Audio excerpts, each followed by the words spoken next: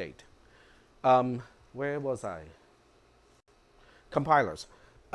So there are two languages. One is called VHDL, and then the other one is called Verilog. So these two are what we call hardware description languages. But when you look at the actual syntax, it looks like C, especially Verilog. Verilog looks very much like C programming language that you learned in cisp310. So you're using a programming language to describe how components inside a processor are interconnected. Oh, that's awesome. Yeah, so that's kind of the stuff you will learn at a four-year university, and I know for sure that at Berkeley, if you are in their EECS computer science degree, your final year project is to use, I cannot remember VHDL or Verilog, is one or the other, to design a processor. And yeah, so that's kind of cool. So your processor from the highest level is no more than a text description using a programming language, which makes certain things really easy. Like I need 16 of these things, and I need these to be connected in a particular structured way. Write a loop to do it. Okay, and Verilog has for loops and while loops, just like your C and C++ programming languages. So this is how, at the highest level, you describe the components of a processor. And then it gets through a compiler, just like a C, C++ compiler in C and C++, except it doesn't crank out the object code to run the program. It comes up, it cranks out depending on the level that you need, it can crank out gate level logic. It can also crank out it will crank out the gate logic level description, but that goes through yet another compiler to optimize and get into the actual configuration of transistors. Yep. Yeah, it's very cool, and when you get to a four-year university like that, you would actually be able to play with that sort of stuff. All right. Well, so getting back to here, we recognize that we can use NAND because now it is the negation of X, NAND, negation of Y. We are almost there because now we just have to deal with the negation of X because it's not using NAND yet, and the negation of Y, which is also not using NAND yet. But remember what we saw like way earlier? Let me scroll back to remind you what we worked on at the very beginning of today's class. Remember this part? The negation of X is X NAND X. We can now apply that to X and Y, or I should say negation of X and negation of Y. So I get back to here and say, hey, this negation of X is just X NAND X. And that negation of Y is Y NAND Y. Done.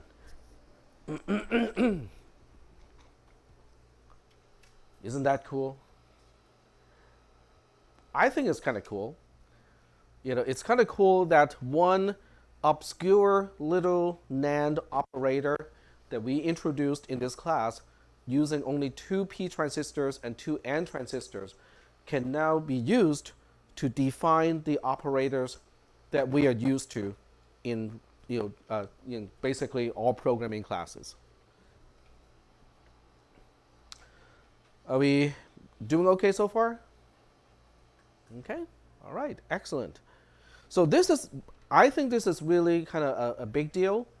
So instead of focusing on the pine needles, which is the Morgan's law, all the transitions, in the equations and whatnot, if we take a step back and look at the entire pine tree and also the pine forest to a certain, degree, we have now just made the connections from physical devices, physical quantities, to logical operations that we are familiar with. And that's one small jump, okay? That's one small step, okay, in the grand scheme of things. But it is still a significant one. Because now we can connect physical things that we can do, we can measure, we can configure, we can build, to logical things that you are already familiar with, which is, how do we do and, how do we do or, and how do we do not?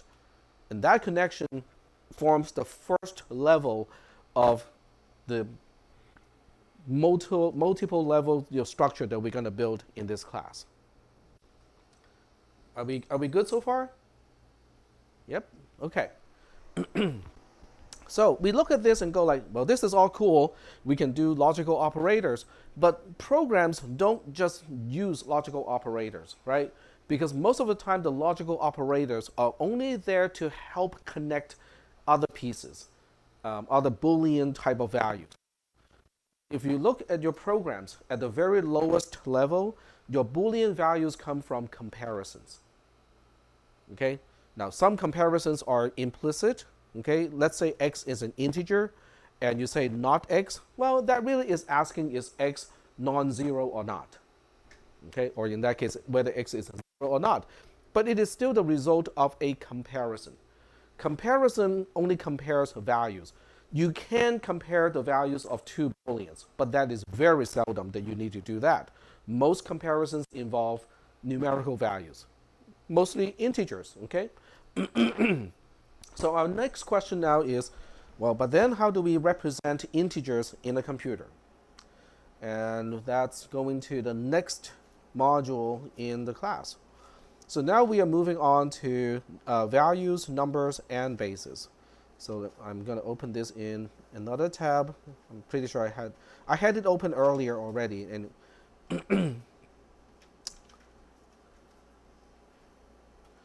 so the first part here is really just to differentiate what is a number versus what a value is. So this is a very simple concept, but we tend to forget about the differentiation between a number versus a value. Okay? If I refer to the quantity of dots on the whiteboard, you don't have to copy this, okay? It's really just an example. This is a quantity. It is a value. Okay? If I ask you that question, in order to answer the question, you most likely need to use a number to answer the question. Because when I ask you a question and you're answering, it becomes a communication issue. And with a communication issue, we need to have the same common understanding of what it means, right? How do you express this quantity in language? Unless somebody wants to hold up a piece of paper also with this many dots on it and say this is the answer, that would be a non-verbal answer and a number would not be involved. But if you say 7, okay, it is a word. It is not the actual, it's not, there's nothing in SEVEN that inherently has to do with the number of dots on the whiteboard. It is simply an interpretation of that word that we have learned from early on. Is that okay? If you go to a high school in the United States, you probably have to learn a foreign language. Okay? French, Spanish, Japanese, Chinese, whatever, right? Do you think those languages would have a different word, a word that is different from 7 to describe the same quantity? Yeah. Most likely than not, right? So those words are all basically quote unquote numbers. They are different ways to refer to the same quantity. Are we good so far? Okay. Another way to look at this is to look at how much something is worth. Okay? I'll take my cell phone as a prop. Okay? How much is this worth? Now, you can express that worth in US dollars that we are familiar with. You can express that in pounds, and these days, that number is not looking very good. I think a pound is only 1.2 US dollars now, whereas it used to be as high as what, 2? You can express that in yen, which is the Japanese currency. You can express it in yuan, which is the Chinese currency. And you can express it in pounds of rice if you want, right? Okay, you have a cell phone, but you're hungry, you need rice, and you're looking at somebody with a lot of rice and go like, so if I give you this cell phone, how much rice are you going to give me? Am I making my point? Okay. Now, What does that have anything to do with this class? Well, it has everything to do with how we represent numbers or values inside a computer. Because we already know that inside a computer, it's just a whole bunch of transistors. Okay? As complex as a processor is, okay, 3 billion transistors on an area about the size of your thumbnail, okay, they're really just transistors. And not only that, we're only interested in whether a transistor is on or off, whether a voltage is above a certain threshold or below a threshold. So how can that type of physical quantity be able to represent numbers? That is the question. Yep. It's like an abstraction from that in terms of on and off. It is an abstraction. So on-off reminds us of Boolean because it's either on or off, right? And Booleans can either be true or false, right? But it also reminds me of 0 and 1. So when a voltage is above a certain threshold, we interpret it as 1. When the voltage is below a certain threshold, we interpret it as 0. So we, humans, assign numerical values to the state of a transistor, to the state of a gate, at the gate of a transistor. Okay? Okay, fine. We get zeros and ones, true and false. How do we count using only zeros and ones? That is the focus of the rest of today's class. It's about base conversion.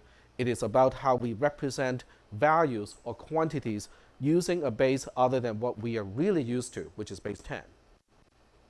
So we'll talk about base conversion. How many people have learned about base conversion already? So we got about, I would call this about a third of the class, with some exposure to base conversion. The rest of the class, if you do not have any exposure to base conversion, let me ask you a different question instead. If you're working at a fast food chain, okay, or the cafeteria, and you're working the register, and you need to make change for, okay, I'll write this down so I can remember. So let's say you have to make change for $21.75. Let's make it a little more interesting. 25? Yeah, but I want a number that I can also use binary. So 75 is probably the best one I can think of at this point. Okay, so that's the change that you need to make, $21.75. And you need to use the least number of coins and bills to do it. Okay, so do not give the person 2,175 pennies. Because that would be pretty easy, right? Just multiply this number by 100, and that would be the number of pennies you need to give back to the other person. So let's just say that we want to use the least number of bills and coins to do it. Does anyone in this class feel uncomfortable with that task? Feel uncomfortable about how much you'll be paid doing that job, but how many of you are uncomfortable of the task itself? Okay, very good. Okay, I'm just double checking because, if anyone feels uncomfortable with that process, that person may not be, may need to take other classes before this one. Okay, if you can do that, you know base conversion already.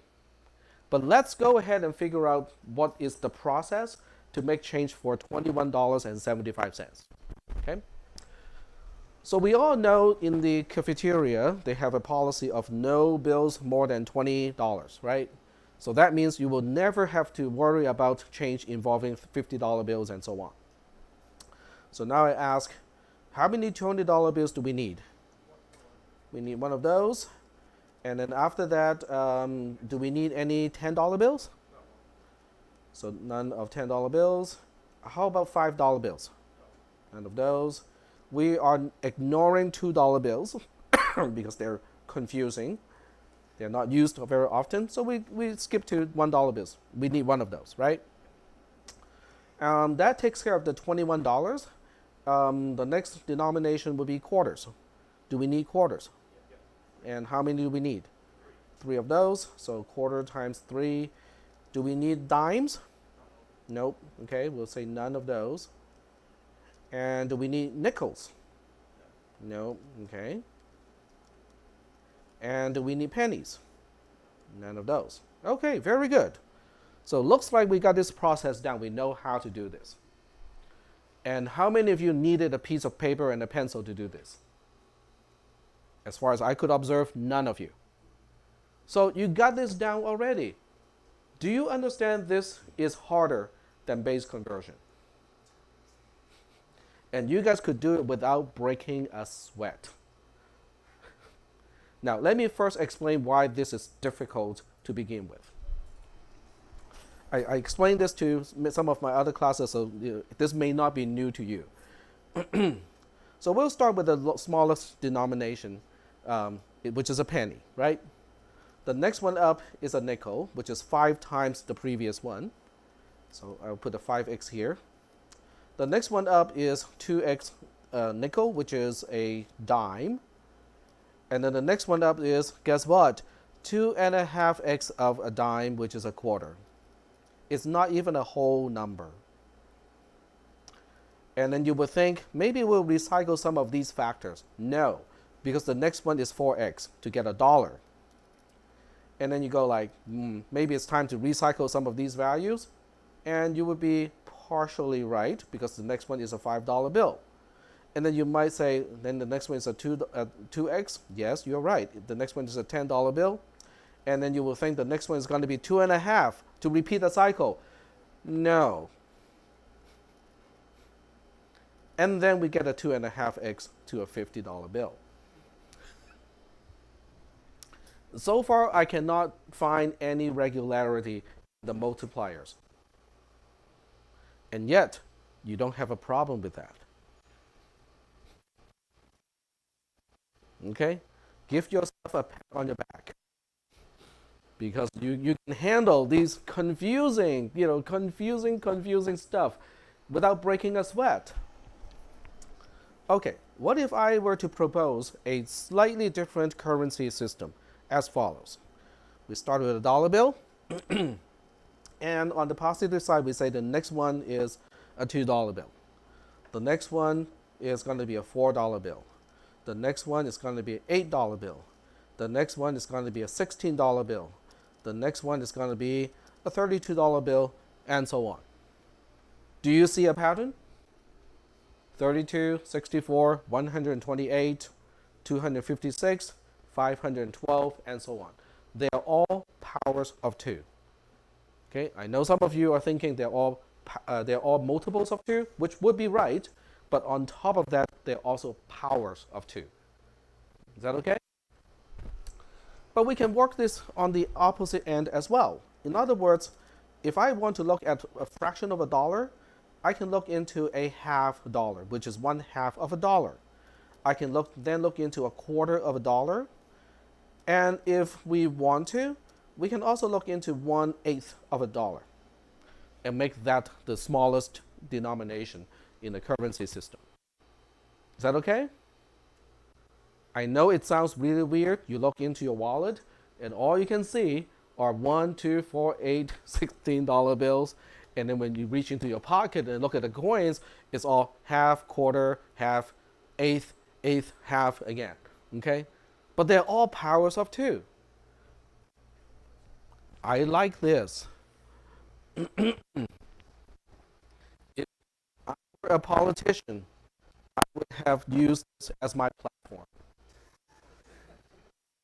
About all the other stuff that people argue about. Let's fix things that are really important first, which has to do with our currency system.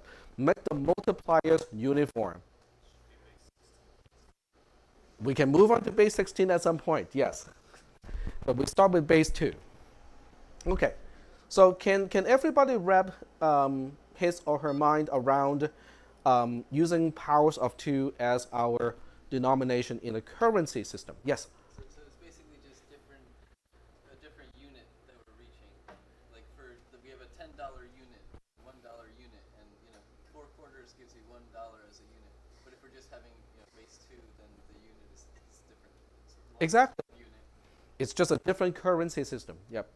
So we print bills and we make coins slightly differently.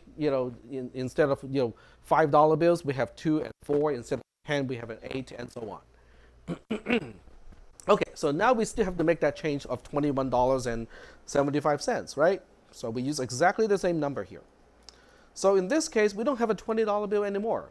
So let's say the cafeteria says we are not going to do anything with $32 or more. Okay, so we start with that. How many $32 do we need to make up for 21? Zero. None of that. And moving down to 16, do we need? Okay, and how many do we need? One. Very good. Next one up is 8. Do we need at least one? No.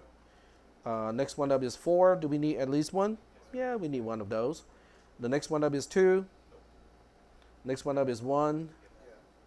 And then we move on to the 75 cents, right? Do we need a half dollar? Yep, one of those. And do we need a quarter? Yep, we need that. 1. And do we need an eighth? Nope. Okay. Cool. So we know how to make change, in the case of, hey, our currency system is now so much more consistent. Yes? Huh? Yeah, the last one should be. Oh, okay, should be 0. Thank you. Another trait that will make me a very good politician. I say one thing and wrote down entirely something else, and did not even realize it. It was subconscious. I can pass a lie detector all day long when talking about one thing and doing something else without breaking a sweat. That's my vote. Did I promise not to nuke your country?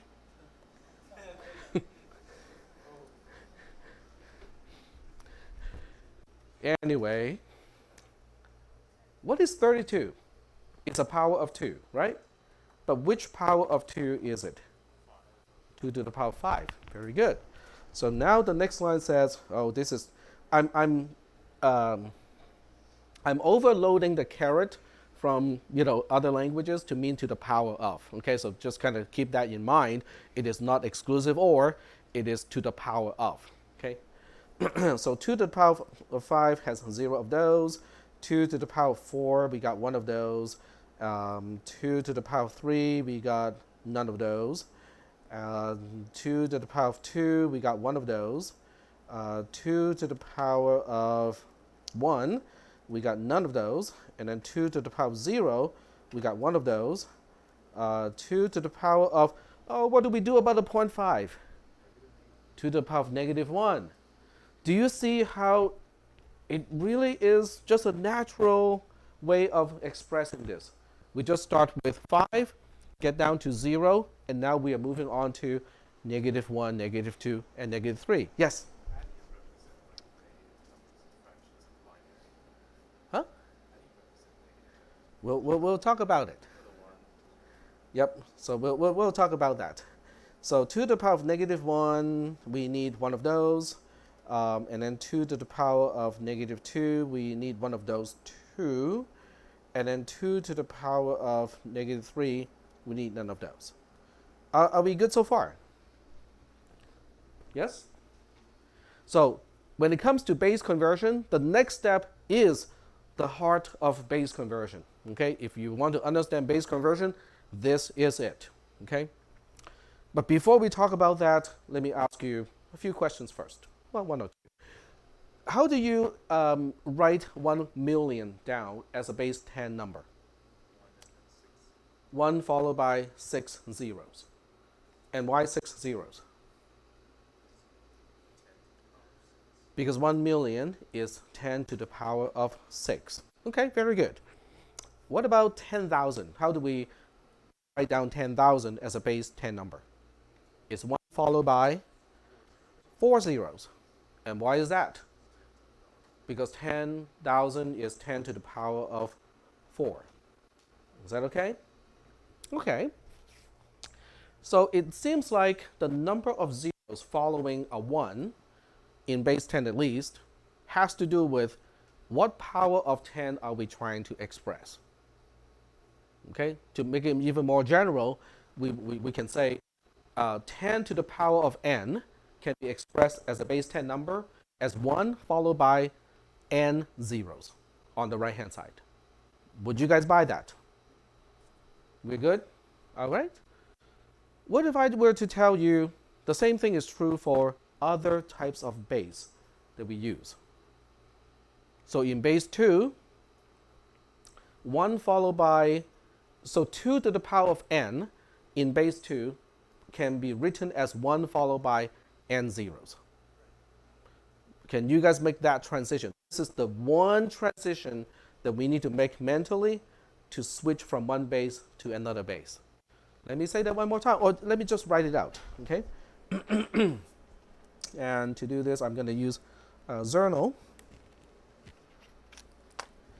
And let's scroll this off the screen because it's not relevant anymore. So we basically say whatever base you want to use. Okay, b is really just a number that is representing the base. We are used to base 10, so b is usually 10, but now we want to transition to base 2, so b is, our new b is 2, okay? But whatever base you want to use, doesn't really matter what it is. And to the power of n, okay, this specifies a quantity, okay, something we want to be able to represent, is represented as 1 followed by a bunch of zeros. There are n of these in the base that we want to express the number in. So when I use b in parentheses or a number in parentheses after a number, it means that is the base that we are using. Can we accept this? Okay, let's go through some examples. We'll start with base 10. So we have base 10 to the power of 6, which we know as a million, right? And that turns out to be 1 followed by 6 zeros. 1, 2, 3, 4, 5, 6, and it's a base 10 number. Now, because it's a base 10 number, I usually do not have the little suffix because base 10 is implied. Okay, are we good so far? And if I use base, let's choose some really odd base here. Let's use base 7. 7 to the power of 5, okay, is 1 followed by 5 zeros. 1, 2, 3, 4, 5 as a base 7 number. It's just a representation. Are we good so far? Okay. And getting to base 2. 2 to the power of 3, for instance, is 1. What do you think it looks like? Followed by how many zeros? 3 zeros. 1, 2, 3 as a base 2 number. Are we okay with this? There's no particular reason other than this is the notation that we choose to use. 1 followed by a bunch of zeros. The number of zeros following the 1 is telling us the power. But the base needs to be, explicit now, because now I need to tell you, oh, we're dealing with a base 10 number. We're dealing with a base 2 number, or we're dealing with a base 16 number. Is that okay? All right? So using this notation, let's switch back to the number that we are dealing with here. 2 to the power of 5. 5 zeros in base 2. Can we buy that? And we have none of those. So we'll just say, we make it very explicit that we have none of those. The next one up is, actually we do have one of those. 2 to the power of 4, we have one of those. So right here we have one of those. The next one up, we have 0 of those because it's 2 to the power of 3. The next one up, we have one of those because it's 2 to the power of 2. The next one up is 0 because it's 2 to the power of 1.